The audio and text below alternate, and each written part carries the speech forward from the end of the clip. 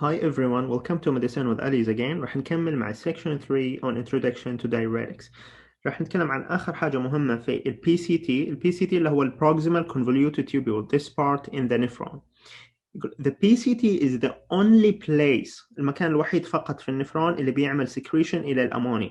طيب إيش أهمية الموضوع ده؟ أهمية الموضوع إنه the filtered hydrogen ion will combine مع ال secreted ammonia وحيكونوا لي NH4+. Okay? NH4+. This NH4+ is called ammonium. الأمونيوم will be trapped. يعني إيش trapped? Will be trapped inside the lumen of the tubule. هيضل هنا inside the lumen إلى ما يطلع فين بقى؟ إلى ما يطلع مع اليورين. This is the function of the secreted ammonia. وبالتالي our PCT proximal convoluted tubule بيعمل secretion للأمونيا to combine مع الهيدروجين ion عشان يكونوا الأمونيوم والأمونيا will be trapped inside the lumen ويطلع مع اليورين.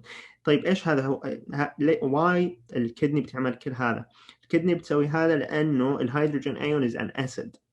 This hydrogen ion is acid and we want to get rid of this acid وبالتالي احنا بنتخلص من الهيدروجين ion عن طريق secretion of ammonia. اوكي طيب one question ممكن يسألوكم انه من فين يجي الامونيا؟ هذا الامونيا اللي في البي سي تي proximal convoluted tubule احنا عرفنا انه هو في البي سي تي صح؟ والبي سي تي سيلز خلايا البي سي تي هنا حتكون الامونيا لكن من ايش؟ حتكون الامونيا this ammonia will be formed from glutamine metabolism. Okay, this is an amino acid. Glutamine is an amino acid. So glutamine in the PCT will be converted into ammonia. Okay, keep this in mind لأنه they might ask you what's the amino acid that forms ammonia. Anyhow, let's talk about the thick ascending lobe of Henle, guys. This is extremely important. ليه بقى؟ ليه هذا مرة مهم؟ لأنه يا جماعة في syndrome اسمها syndrome of inappropriate ADH secretion. وفي معلومة هنا بعد شوية I will talk about it إنه if we don't understand هذه المعلومة اللي حقولها بعد شوية we might give thiazide to patients with syndrome of inappropriate ADH secretion. Thiazide might harm the patient, might kill the patient. إنما furosemide ممكن save the patient.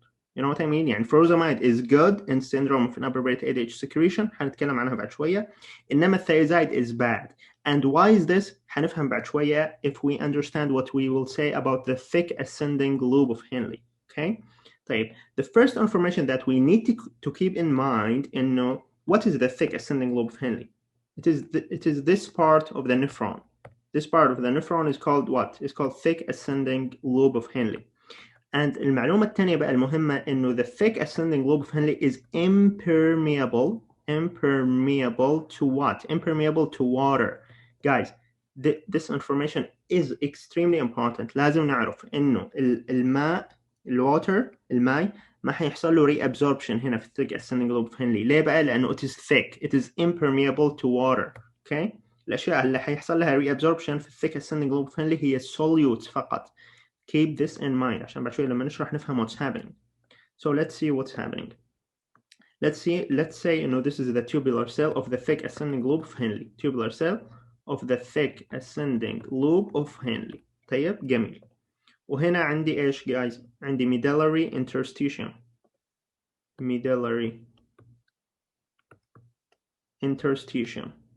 Okay? Interstitium. Okay? وهنا عندي ايه بقى؟ عندي lumen inside the tubule. Okay? وعندي هنا ايه كمان؟ the blood. أي reabsorption، أي عملية reabsorption لازم تعبر من اللومن إلى الtubular cell إلى medullary interstitium إلى البلد. أي reabsorption in the kidney لازم يعبر through this process. Okay? طيب خلونا نفهم what's happening in the kidneys and why we need to understand this. عندنا channel in the thick ascending lobe of Henle اسمها إيه بقى؟ اسمها sodium potassium 2 chloride channel. ليه اسمها صوديوم بوتاسيوم 2 كلورايد شانل؟ لأنها بتعمل reabsorption إلى الصوديوم والبوتاسيوم مع بعض مع ال 2 كلورايد. ليه 2 كلورايد guys? What do you think؟ لأن الكلورايد is negatively charged. عليه negative charge وهنا عندي 2 positively charged فعشان يتعادلوا مع بعض I need 2 chloride. Okay؟ وبالتالي 2 chloride will be reabsorbed مع مين؟ مع الصوديوم والبوتاسيوم through what? Through this channel. بعد ما يدخلوا هذول الثلاثة solutes حيكونوا هنا. بعدين these three solutes هيحصل لهم reabsorption كمان إلى الميدالري interstitium، فهيكونوا هنا صوديوم بوتاسيوم 2 chloride. Now احنا زي ما قلنا قبل شوية انه الثيك ascending lobe of Henle ما يعمل reabsorption إلى الووتر، وبالتالي هنا no water. طيب هنا no water، هنا only solutes. Okay, what do you think if you have a lot of solutes? If you have a lot of solutes، ايش اللي بيحصل للأوزمولاريتي حق الميدالري interstitium؟ osmolarity of the medullary interstitium هترتفع جدا. Okay، يعني الميدالري interstitium will be concentrated يعني ايش؟ يعني high in solutes. Okay، ليه؟ لأنه thick ascending lobe of Henle يعمل reabsorption إلى الsolutes فقط، إنما ما يعمل reabsorption إلى الواتر. وياي؟ ليه هالمعلومة مهمة؟ كمان حنشرح بعد شوية وحنفهم. بس let's now talk about إنه إيش اللي بيحصل لما يكون عندنا reabsorption إلى these solutes. الميدالري interstitium will be concentrated and we will form حنكون حاجة اسمها medullary interstitium concentration. Okay، medullary interstitium concentration or medullary interstitial concentration. Keep this in mind. ايش اللي يكون للميدالري interstitium concentration؟ What do you think guys? It is sodium potassium tochloride. Keep in mind اللي يكون لي الميدالري interstitium concentration، اللي يخلي يكون عندي أنا medullary interstitial concentration هو this channel. اوكي، اللي بتعمل reabsorption إلى الصوديوم بوتاسيوم 2 chloride. اوكي طيب furosemide يا جماعة بعد شوية حتكتمل الصورة. Right now just keep in mind يعني keep tracking يعني follow up with me and we will understand بعد شوية إيش اللي بيحصل. الفوروزاميد يا جماعة بيعمل inhibition إلى مين؟ بيعمل inhibition إلى this channel اللي هو صوديوم بوتاسيوم 2 chloride. أوكي، لما يعمل الفوروزاميد inhibition to this channel إيه اللي بيحصل بقى؟ ما حيكون عندي medullary interstitial concentration. the medullary interstitial concentration حيقل. طيب جميل جدا. ايش اهمية ذي المعلومة؟ حنفهم كمان بعد شوي. لكن right now let's يعني نثبت هذه المعلومة انه the medullary interstitial concentration is formed by the channel that is inhibited by furosemide اللي هي مين؟ this channel صوديوم بوتاسيوم توكلورايد channel هي اللي بتكون لي الميدالري interstitial concentration، تخلي الميدالري interstitium highly concentrated. طيب ايه كمان الشانلز المهمة في الثيك ascending lobe of Henle؟ زي ما قلت بعد شوي حتكتمل الصورة. right now just يعني relax. ايش اللي بيحصل في الثيك ascending lobe of Henle؟ عندي channel هنا كمان اسمها ايه؟ اسمها potassium leak channel. وعندي كمان هنا channel which is always present guys. كل خلايا النفرون، كل خلايا النفرون في الجهة البازولاترال سايد، هنا جهة البلاد يعني البازولاترال سايد، فيها ايه؟ فيها صوديوم بوتاسيوم 80 بيزز اللي بيدخل بوتاسيوم وبيطلع مين؟ صوديوم من السيلز. دي صوديوم بوتاسيوم 80 بيزز موجودة في كل خلايا الجسم. طيب لكن ما علينا. ايه اللي يحصل هنا؟ اللي بيحصل انه لما اعمل reabsorption الى الصوديوم هنا through the furosemide channel. let's call this furosemide channel. okay، هذه اللي بالاحمر حطيتها right now بالاحمر. this is furosemide channel. okay، لما يحصل reabsorption البوتاسيوم through the furosemide channel ايش اللي بيحصل؟ البوتاسيوم concentration حيعلى inside the cell. okay، وكمان الصوديوم بوتاسيوم 80 bases، هذه 80 bases صوديوم بوتاسيوم 80 bases بتعمل لي ايه؟ بتزود البوتاسيوم concentration inside the tubular cells. جميل. طيب لما يزيد الصوديوم بوتاسيوم لما يزيد البوتاسيوم inside the tubular cells ويحصل له accumulation ايش اللي بيحصل؟ بيحصل something called back leak. البوتاسيوم will be leaked back into the lumen. جميل. طيب ايه اهمية الباك leak of the potassium؟ back leak of potassium حيفورس المغنيسيوم والكالسيوم انه يحصل لهم reabsorption through something we call paracellular reabsorption. okay، وبالتالي the absorption of magnesium and calcium in the thick ascending lobe of Henle يحصل through what؟ potassium back leak. البوتاسيوم back leak هيعمل لي ايش؟ يعمل لي displacement الى المغنيسيوم والكالسيوم ويعمل لهم reabsorption through paracellular reabsorption. ازاي بقى؟ guys البوتاسيوم is positively charged والمغنيسيوم والكالسيوم كمان positively charged. لما يحصل باك ليك الى البوتاسيوم، البوتاسيوم حيعمل repelling يعني ايش؟ يعني يطرد مين؟ يطرد المغنيسيوم والكالسيوم، يطردهم يوديهم فين بقى؟ يوديهم يخلي يحصل لهم ايش؟ reabsorption through paracellular transport، paracellular reabsorption. جميل.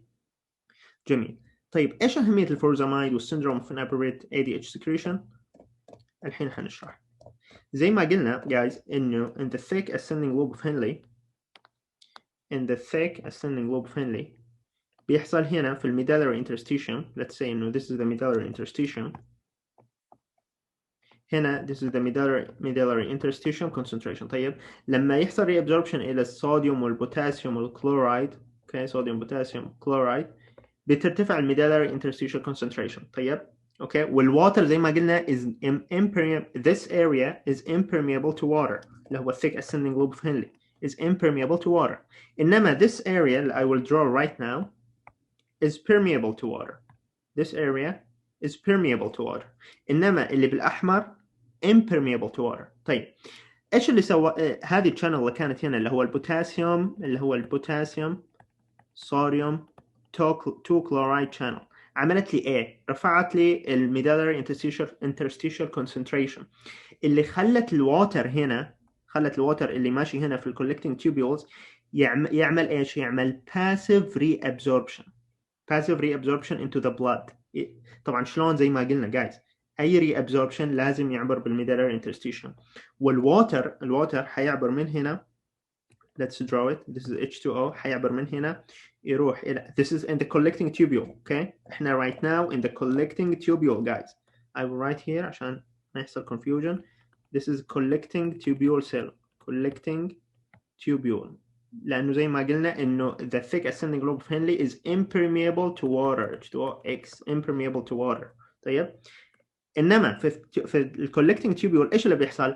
بما ان البوتاسيوم والصوديوم والكلورايد عملوا لي interstitial medullary concentration، ايش اللي بيحصل؟ الواتر اللي هنا اللي في الكولكتنج تيوبيول يحصل له passive reabsorption. بيلحق مين بقى؟ بيلحق solutes. water loves to follow solutes especially sodium. اوكي، وبالتالي الواتر هنا حيلحق مين؟ حيلحق solutes. انما فين بقى؟ في الكولكتنج تيوبيول بعمليه ايه؟ passive reabsorption. The process of reabsorbing water in the collecting tubule via the aquaporins اللي هو الشانلز اللي موجودة هنا، الأكوابورينز. okay؟ اللي بيحط الأكوابورينز حنتكلم بعد شوية، ولكن عملية reabsorption of water in the collecting tubule is passive process. okay process. شلون passive؟ لأنه الواتر حيعمل following إلى الميدالري interstitial concentration. لو الميدالري interstitial concentration is high الواتر بيحصل له reabsorption. لو الميدالري interstitial concentration is low الواتر will not be reabsorbed no matter what happens. okay؟ طيب إيش علاقة هذا بالsyndrome of inappropriate ADH secretion والفورزامايد؟ rule number 1. let's agree انه الفروزامايد حيعمل لي inhibition للميدالري interstitial concentration، وبالتالي الواتر free water will not be reabsorbed. okay؟ free water will not be reabsorbed in the presence of furosemide in the collecting tubule. ليه؟ لأنه الفروزامايد يعمل لي inhibition إلى الميدالري interstitial concentration. جميل. syndrome of inappropriate ADH secretion اللي هو سيارة بيحصل فيها ايش guys؟ what is ADH؟ هي syndrome of inappropriate ADH secretion، وبالتالي ال ADH بيحصل له increase.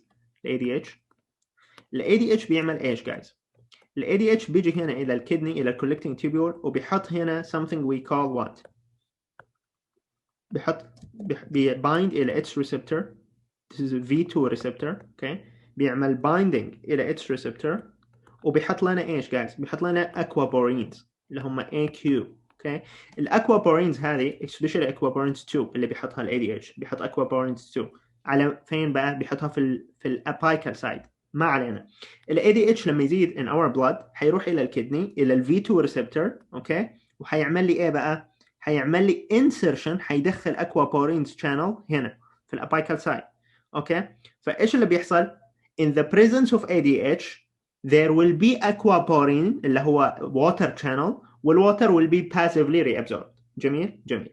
طيب لو كان my question for you guys، لو كان عندي ADH انما البيشنت جالس ياخذ فورزامايد، هل الوتر حيحصل له reabsorption؟ The answer is no. طبعا انا عملت pause عشان لا احرق عليكم الاجابه. المهم the answer is what is no. ليه بقى جايز؟ نرجع ونقول انه الميدالري interstitial concentration لازم يكون MIC medullary interstitial concentration لازم يكون عالي عشان اعمل reabsorption الى الووتر، لانه عمليه reabsorption of water is just passive reabsorption. يعني لو كان عندي ADH صح حيكون عندي aquaporins channel these channels، ولكن اذا ما عندي medullary interstitial concentration الووتر will not flow. الووتر ما حيمشي وراء الصوديوم والبوتاسيوم لانه ما عندي انا اساسا صوديوم وبوتاسيوم in the interstitium. You know what I mean؟ وايش اللي يعمل لي inhibition للميدالري interstitial concentration؟ هو الفروزامايد. ازاي بقى؟ لانه الفروزامايد بيعمل inhibition الى these channel صوديوم بوتاسيوم channel صوديوم بوتاسيوم توكلورايد channel، وthese channel زي ما حكينا في البدايه هي المسؤوله عن الميدالري interstitial concentration. وبالتالي لما انا ادي البيشنت فروزامايد، البيشنت اللي عنده syndrome of inappropriate ADH secretion، لما ادي فروزامايد هعمل inhibition الى what؟ الى free water reabsorption. inhibition to free water reabsorption. This is good or bad? Reabsorption. This is good or bad guys in syndrome of inappropriate ADH secretion? It is good. لأنه الناس اللي عندهم syndrome of inappropriate ADH secretion they have what? They have always free water retention. أنا أبغى أمنع ال free water retention. إزاي أمنع ال free water retention؟ One of the methods is by giving furosemide. furosemide حيعمل لي inhibition للmedullary interstitial concentration، وبالتالي إيش اللي بيحصل؟ Water will not flow. Okay guys, for those who got confused, I will re-explain this in an easy way. This is the what? This is the collecting tubule cell. وهنا الميدالري interstitium. I will refer to it as medullary interstitial concentration. Okay. وهنا عندي مين؟ lumen.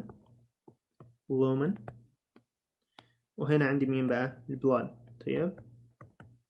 اوكي. اللي بيحصل انه الواتر هيحصل له passive flow through the aquaporins. These are the aquaporins AQ2. الواتر هيحصل له passive reabsorption هنا through the aquaporins. حلو. وبعدين هنا عن طريق AQ3 and 4. اوكي. وبعدين الى الميدالري interstitium. متى هيحصل passive flow of water؟ لما يكون عندي ايش؟ لما يكون عندي ADH. لما يكون عندي ADH ال ADH هيجي ويدخل لي، هيجي ويرتبط ب H ريسبتور اول اللي هو ال V2 ريسبتور.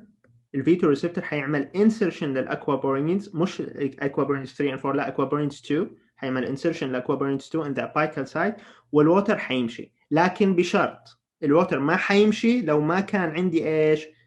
صوديوم بوتاسيوم 2 كلورايد. اوكي. هذول لازم يكونوا موجودين عشان يرفعوا لي الميدالري interstitial concentration عشان الماء يمشي ايش؟ يمشي وراهم. طيب. Water flows if we have high medullary interstitial concentration. اوكي. اعتقد it is super clear right now. وخلينا نربط هذا الموضوع بفروزامايد. فروزامايد بيعمل inhibition الى what channel؟ الى الصوديوم بوتاسيوم 2 كلورايد channel. فين بقى؟ في الثيك ascending lobe of هنلي.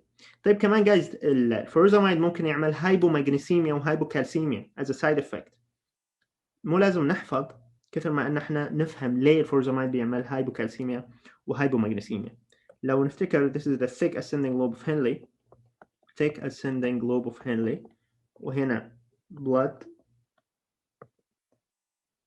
okay. وهنا الlumen. وهنا الميدالري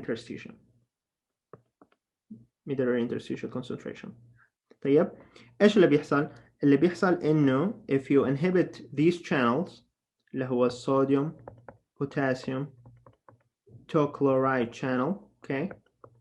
اللي هو الفروزامايد بيعمل inhibition to these channels. اوكي. فروزامايد اللي هو اللوب diuretics باختصار بيعملوا inhibition to these channels. ايش اللي بيحصل؟ بيقللوا نسبة البوتاسيوم or concentration of potassium inside the cell thick ascending lobe of Henle cell. اوكي. البوتاسيوم هنا حيقل لو البوتاسيوم هنا قل حيقل البوتاسيوم باك ليك. لو نفتكر قلنا انه هنا في channel اسمها بوتاسيوم باك ليك، حيقل البوتاسيوم باك ليك because I don't have a lot of potassium inside the cells. لو قل البوتاسيوم باك ليك ايش اللي بيحصل as a consequence؟ اللي بيحصل انه المغنيسيوم والكالسيوم will not be reabsorbed. Okay, this process will be ايش؟ حتتعطل بقى. ليه حتتعطل this process؟ لانه I don't have the back leak اللي هو the driving force، القوة اللي بتدفع المغنيسيوم والكالسيوم انه يحصل لهم paracellular reabsorption. عشان كذا they always say انه furosemide or lobe diuretics بيعملوا ايه بقى guys؟ بيعملوا هايبومغنيسيميا، هايبوكالسيميا، وكمان هايبوكاليميا وهايبوناتريميا. هايبوكاليميا اللي هو هايبوبوتاسيوم، وهايبوناتريميا اللي هو